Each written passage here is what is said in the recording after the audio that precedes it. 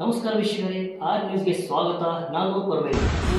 एवढी मजुरी वाढली, आमच्या माणसांना तुम्ही तिथे मारताय. आमची संस्कृती अजून आम्ही हे केलेली नाहीये. आमची संस्कृती आम्ही अजून जपलेली आहे. तुम्हाला हात लावत नाही. याचा अर्थ असा नाही की मराठी माणूस शांत बसलेला आहे.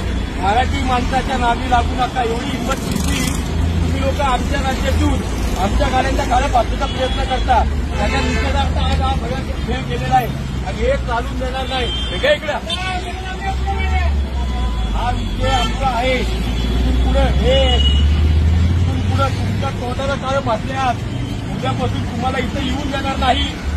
लक्षात ठेव, उद्यापासून तुमच्या एकही गाडी डेपोमध्ये येऊन येणार नाही. कळलं का? समजलं का? लक्षात ठेवा, तुम्हाला महाराष्ट्रात यायचंय, आम्हाला तुम्हाला अडचण करायची नाही. पण जर आमच्या मराठी माणसांवरती जर का असं होत असेल, याच्यालाही सोडणार नाही. ते तुमच्या सरकारला आम्ही म्हटले माफी मागा, मराठी माणसाची माफी मागितलेली नाही. याचा अर्थ असा नाही की आम्ही सांगतो आज गाडीला काळं फासले, उद्या गाड्या फोडण्यात तुमच्या. एवढं लक्षात